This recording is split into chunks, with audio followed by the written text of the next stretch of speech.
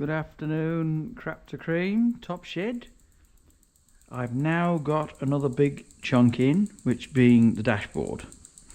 So that didn't come without its little challenges. So I can see why the original owner, or the owner who did the left-hand to right-hand conversion, or whoever did it, I can see why they didn't connect up these and just left them vacant.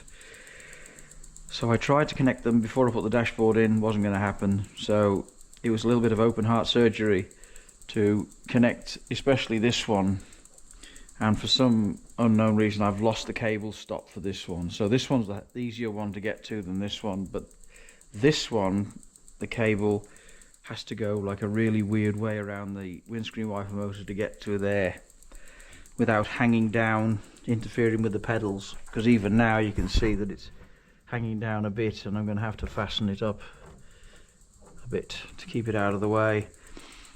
Hopefully you can see that. So obviously the steering column's still missing, so that's got to go in. So when I put the dashboard back in, it's in now, nice and solid. And there was a gentleman talking about the press studs for the tonneau cover, so I'm assuming that these two are the ones that we needed, because I was looking at putting an extra one in on the left hand side, because that was maybe a left hand to right hand thing, but these two seem to cover the bases, so I haven't bothered with the second one here. I've got to put the vents in yet, and I've got to put the glove box in. But the other thing that happened was the little push-in cable in the back of the AFR gauge fell out because I only just pushed it in lightly when I originally assembled the dashboard and put the dashboard in. It fell out and the cable was just lying on the floor, and I realised what it was straight away. So trying to get that back in again was not easy at all. In the end I ended up taking, well, I reached in through the glove box, unscrewed the gauge, and then got the gauge out, pushed the cable in, which took 2 minutes, if that, 30 seconds. But then it took an hour and a half then to get the screws back in the gauge to hold the gauge into the dashboard. I was ready to, okay, and I connected everything. Well, I then turned my isolation switch on, and look at that, courtesy lights or interior light or whatever you want to call it suddenly came on. Beautiful, and it works. Plus, if I shut that and then turn that, that works as well. So bonus.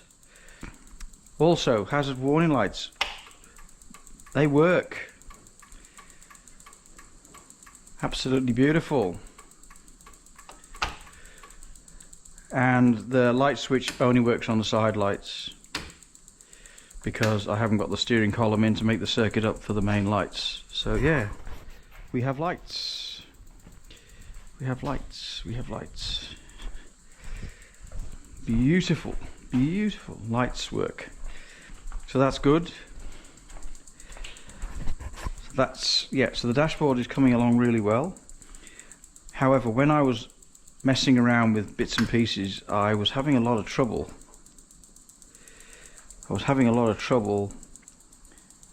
Because things were just not working. I turned my isolator off and I'd go away and come back and turn the isolator on, and then it wouldn't work, and I spent ages chasing earths and having a look all over the place for different cables and all that sort of stuff.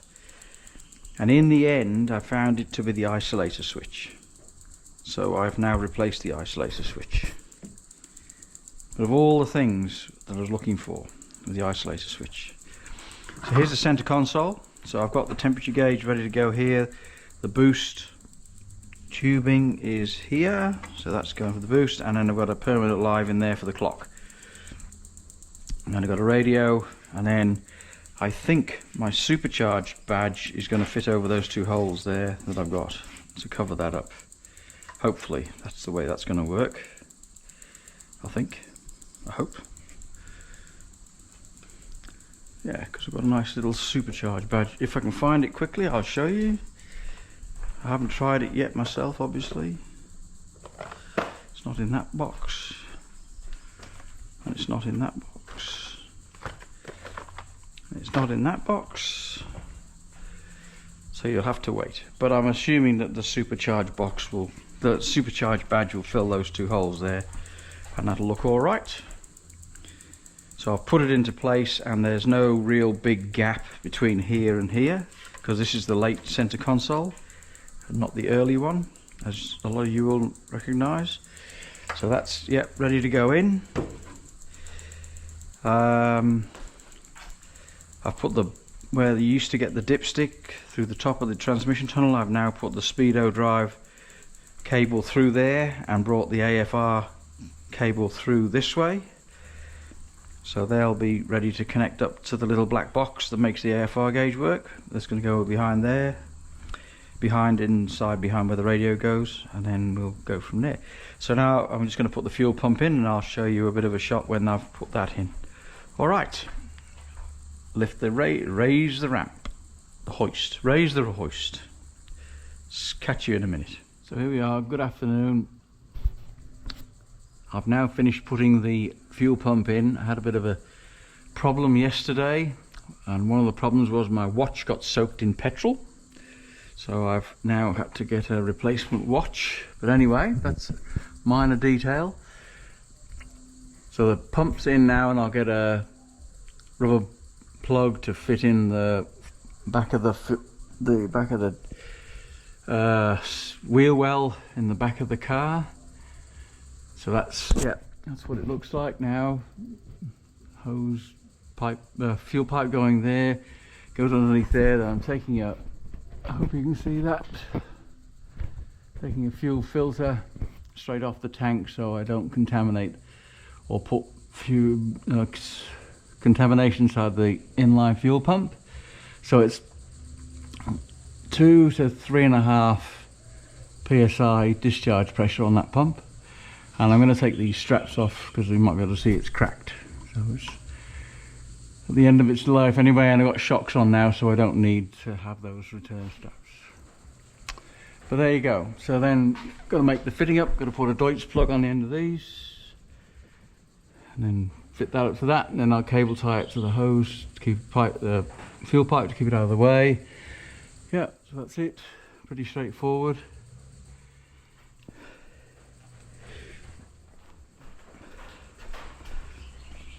A fuel pump, because I've got two, so I've got one for my other MG as well, because they were relatively cheap. So that's what it is. That's what it is. It's an HEP 02A, so that's one that is suitable for this car.